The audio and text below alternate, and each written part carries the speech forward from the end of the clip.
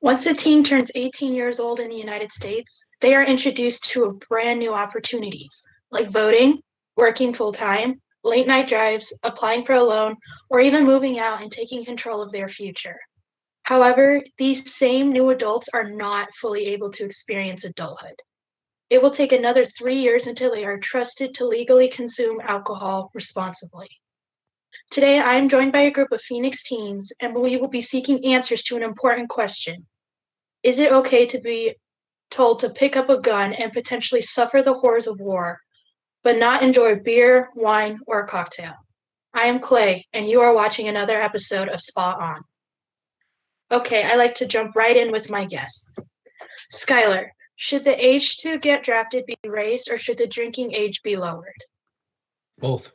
The drafting age should be increased and the drinking age should be lowered. Statistically speaking, a bullet can kill a man faster than alcohol.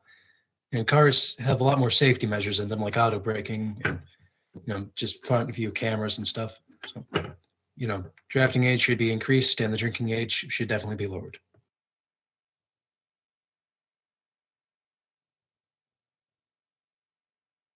Okay, thank you. Jeremiah, should the age to get drafted be raised or should the drinking age be lowered? I believe that the age to get drafted should be raised. And the reason why I say this is because I think a lot of us have also will be discussing how it doesn't make sense that you can go ahead and kill a person legally, but not go to the store and drink a beer. And the reason for that is also, I know that people are also afraid that, well, maybe we won't have enough soldiers if it comes to war, whereas the U.S. already currently has on average 500,000 active soldiers on duty, and even more if you count the National Guard. So that would be more than enough soldiers if we were to happen to go to war, and we wouldn't be in a lower amount of soldiers coming on.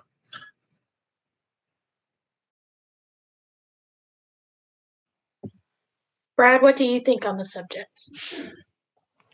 I believe that the drinking age should be lowered. And the reason I say that is because the reason why the drinking age was raised across the board to 21 in 1984 was mainly because of Mothers Against Drunk Driving, which wanted to say that driving was not safe enough and that there were too many teen accidents and fatalities from drunk driving.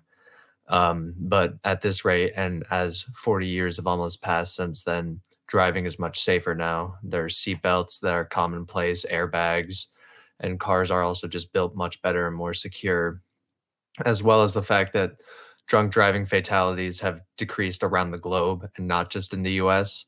So that just shows that there is no correlation and it's not causation, and it's just unrelated. And if the reason for the drinking age being lowered is now a non-factor and it's not a problem anymore, or at least as much of a problem as it was, then I believe that there's no reason for the drinking age to continue to be at 21.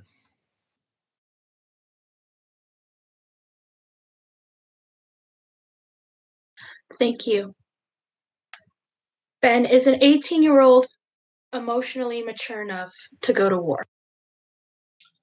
I would say no, they are not, because they're just barely getting out of high school and barely even mature enough to buy a house or to do taxes, and they're being expected to go out to war. I would say that although, yeah, we have a plenty big enough army right now, if in the future there was a major war that we were involved in, then it is important to have the drafting age be low so that we have enough soldiers. But I don't think that even a 20-year-old or a 30-year-old would really be mature enough to be killing someone in war and seeing people around them getting killed.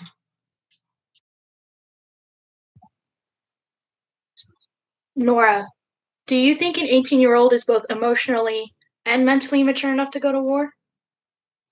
I agree with what Ben said. I do think it's like a really intense thing. So I don't think that 18-year-olds are mentally or emotionally prepared to go to the military so young.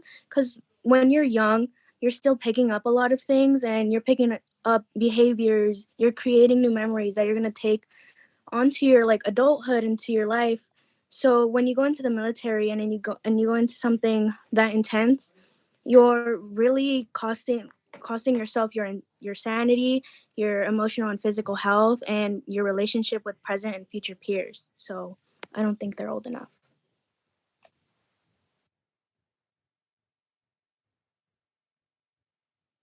Sabrina, what do you think? Are 18-year-olds emotionally mature enough to go to war? I agree with the points both Ben and Nora brought up. When people are 18, they're treated as if they have the rest of their life ahead of them. And if they have the burden of going to war and killing someone and living in that severe environment and possibly receiving PTSD from that, I think that really puts a hold on all of your dreams because you have to deal with these mental instabilities. I would agree with Ben's point that, for short-term regulations during war, when we need more people in the Army, then I believe that even though they're not emotionally mature enough, I think it's still necessary to put them into war because we need more people helping us, go into battle. But I would say for long-term regulations that we should have it higher because we need people who have lived their lives and are able to separate things and have lived their life and had experiences where they're more prepared to put their life on the line for this sort of thing. But I would also make the comment that people are never emotionally ready to go to war. I think that it's always going to be a burden on your life, no matter how old you are. And I think that's also an important thing to always keep in your mind. Thank you. Coming back right at you, Sabrina, do you feel that the gun culture in America reduces the severity of picking up a gun and going to war? I would associate gun culture in America with that of hunting. And I would say that with hunting, there's the practice of taking life from a living being. And I think that practice, even if it's an animal, maybe even though it's not human, that practice of, watching the life die from something's eyes puts into practice, this whole mindset of killing something and trying to shoot something and have it be dead. And there's a lot of honor and pride that goes into hunting in America. We put up the heads on our walls and we look at it with this appreciation. And I think with that comes maybe an association with when you're going to war, there's a lot of nationalism and killing people who are hurting your country. And there's a lot of pride in having war successes. And I think those two things make it where people don't realize the true severity of what they're doing because it's put into practice so much in American culture.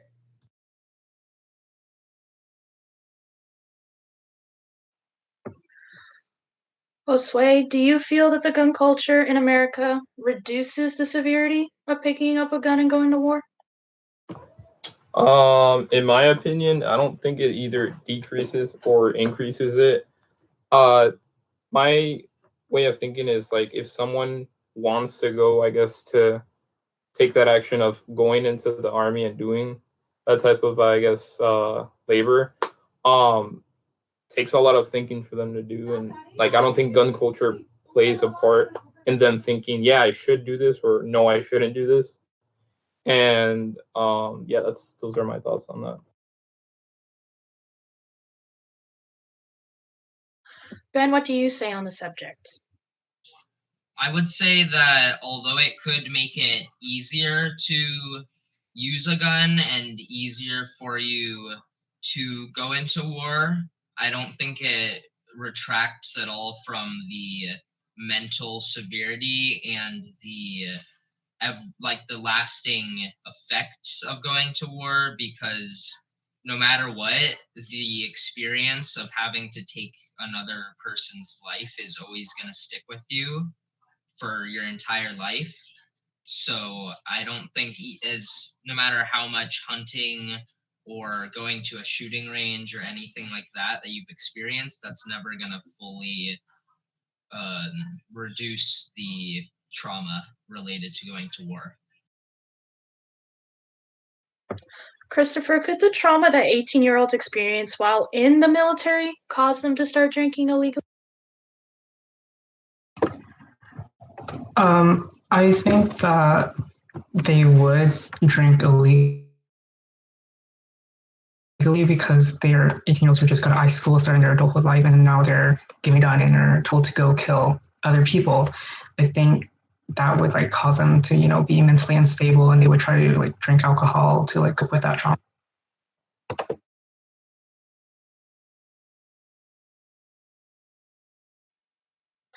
Thank you. Nora, could the trauma that 18-year-olds experience while in the military cause them to start illegally drinking?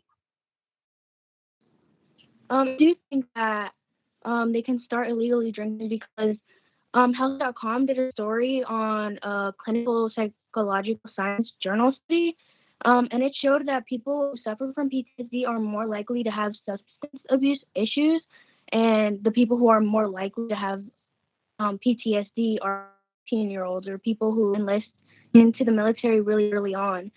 So they're 7 times more likely to have PTSD, either and they drink as a coping mechanism or just as a bad habit. And while in the military, there are their older peers who have these alcoholic tendencies as well. So it makes alcohol really easily accessible on the day. Thank you. Misael, what do you say? I say this is highly likely to happen since they want a way to cope with the trauma they faced during the war, especially if they killed some people or saw their peers being, killed. And usually alcohol or drugs are like one of those types of things to usually cope with.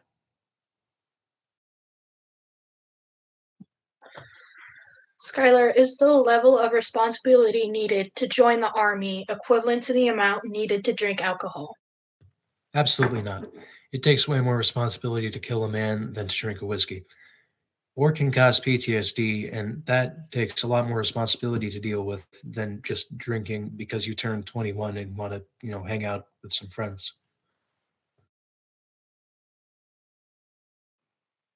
Jacob, what do you think?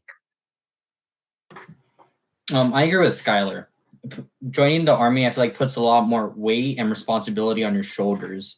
When you're drinking, you're mainly in charge of yourself, but when you're joining the Army, you're also going to affect those people helping you in the Army. So you're also partly responsible for them. And then you're also representing the country you're fighting for.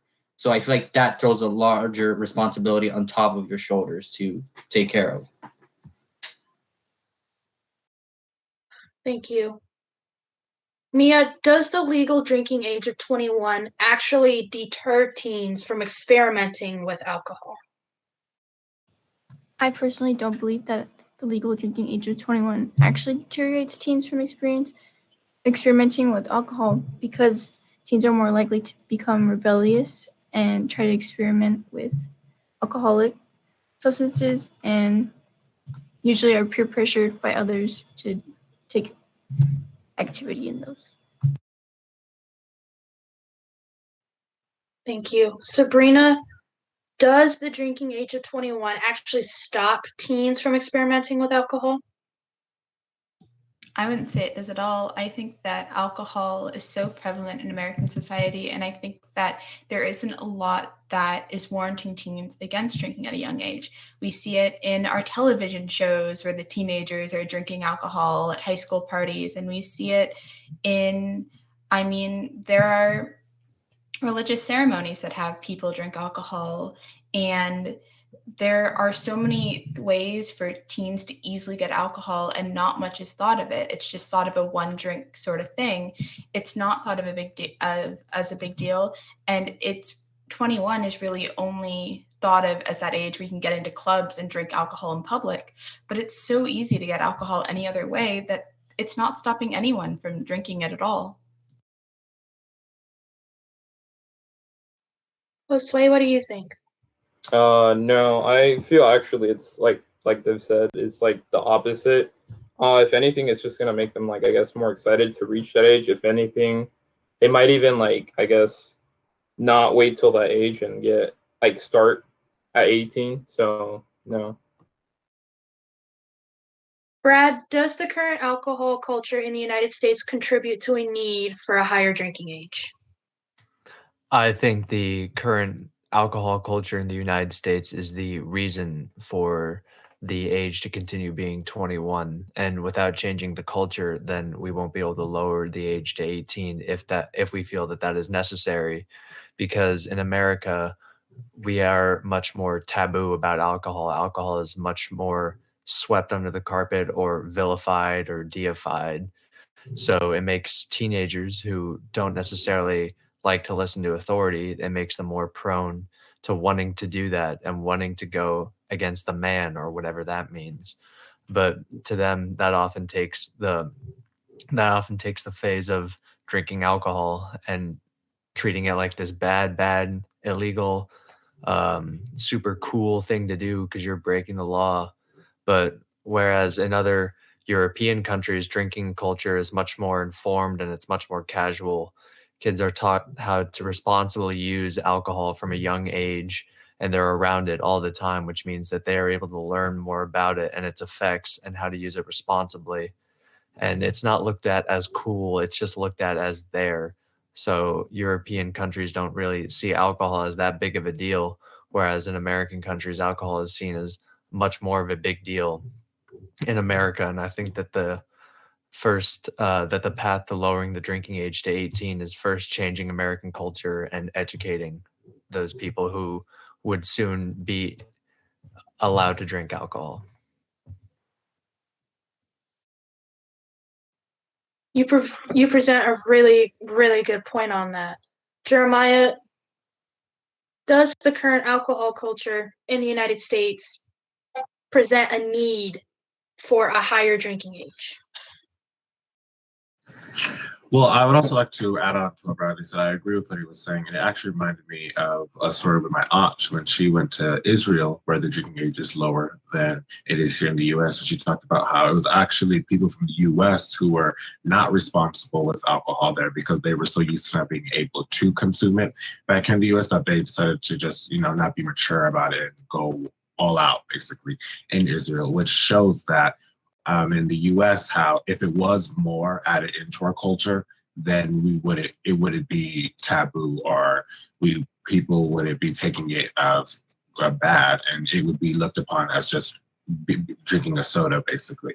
And so I think that definitely if how alcohol is talked about in the U.S., then it would change in that the drinking age would be able to be lowered. Sam, what do you think on this subject? I agree with the point Bradley made previously. When you compare the drinking age to other countries, ours is a lot more strict. And I think our culture around alcohol also has to do with this, just because there's some science backing the law also. Drinking alcohol before the age of 21 messes with your brain and makes it easier to develop an addiction earlier on. So yeah, I do believe that our country's alcohol culture contributes to the higher drinking age, but there's also some reasons behind it.